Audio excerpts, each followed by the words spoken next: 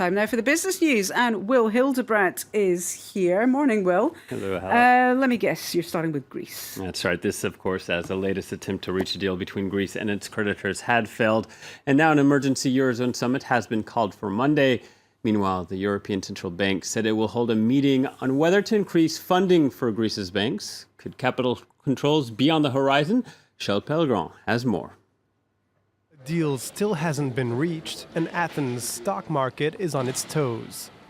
There is a fear that essentially there could be capital controls, or that there may be some problems if there is no agreement today or next week on Monday or Tuesday. If Greece fails to make its €1.5 billion payment to the IMF at the end of the month, the country could face default. This would put Greek banks under pressure and could be incentive for Greeks to pull their money out. Capital controls are really, to stop the people withdrawing too much money from the banks. Basically, you have a limit. It may be €300 a day, but it keeps the money inside the banks, the savings inside the banks, so they can continue to operate. There have been warning signs. Deposits hit their lowest level in more than a decade in April, with an outflow of €30 billion since October.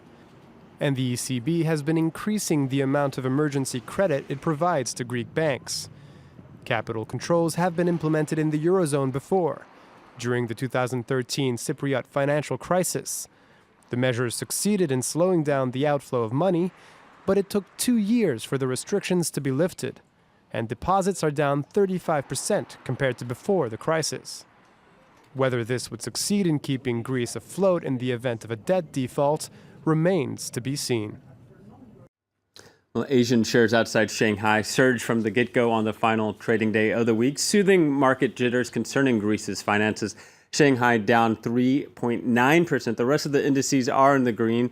Nikkei up about 1%. The Bank of Japan is in wait-and-see mode as to its next step in regards to stimulus measures. It's been buying $650 billion of assets per year in an unprecedented effort to combat deflation and revive the economy. The bank said prices are rising, but this could be because of lower energy costs.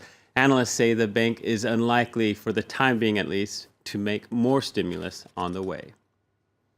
Let's take a look now at other headlines making news at this hour. The fight for orders is on at the Paris Air Show. European giant Airbus is in the lead with 421 orders, but its rival Boeing has 331, and 145 of which are firm orders of value of more than $18 billion. And Fitbit got off to a running start on its debut on the New York stock market. Shares closed up nearly 50%, bringing in $732 million. The company makes wristbands that track calories and footsteps. Last year, it made more than $131 million with sales of nearly 11 million devices. And the U.S. House of Representatives narrowly approved legislation key to securing a hallmark Pacific trade deal that encompasses 40% of the global economy. Though it's a watered-down version from last week's, which was shot down, the vote is a boost to President Barack Obama's goal of strengthening U.S. economic ties with Asia. The Senate is likely to hold a vote on the bill next week.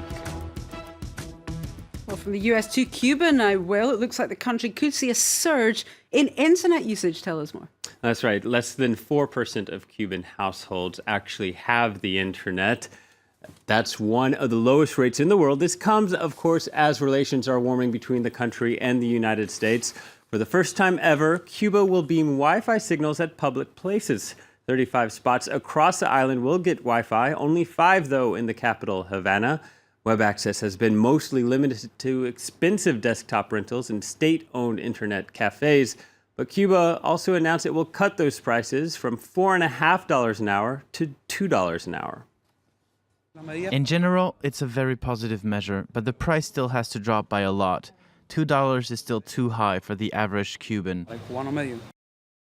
And we'll round up this edition of Business Well with some real estate news. Hollywood heartthrob Johnny Depp, he's put his French estate on the market. That's right. This is where he spent much of his time with his former partner, French actress and singer Vanessa Paradis. The estate includes more than a dozen buildings, and Depp did most of the interior decoration himself, including a wine cellar with a Pirates of the Caribbean motif. Well, the sale includes Mr. Depp's furniture, books, DVDs, art, and many of the actor's other belongings, all for 23 million euros. But Hala, if that's a bit too expensive, can I interest you in some real estate in Sydney with a harbor view? A 12 square meter parking space just sold for 82,000 euros. That might be the world's most expensive parking space ever. I don't know what I find more alarmingly expensive, the French Riviera or a parking space in the Sydney Harbour. There's certainly that. You could also take a quick sniff around the central Paris real estate prices, all of which are out of my budget. Thanks very much, Will Hildebrandt, with the business news there.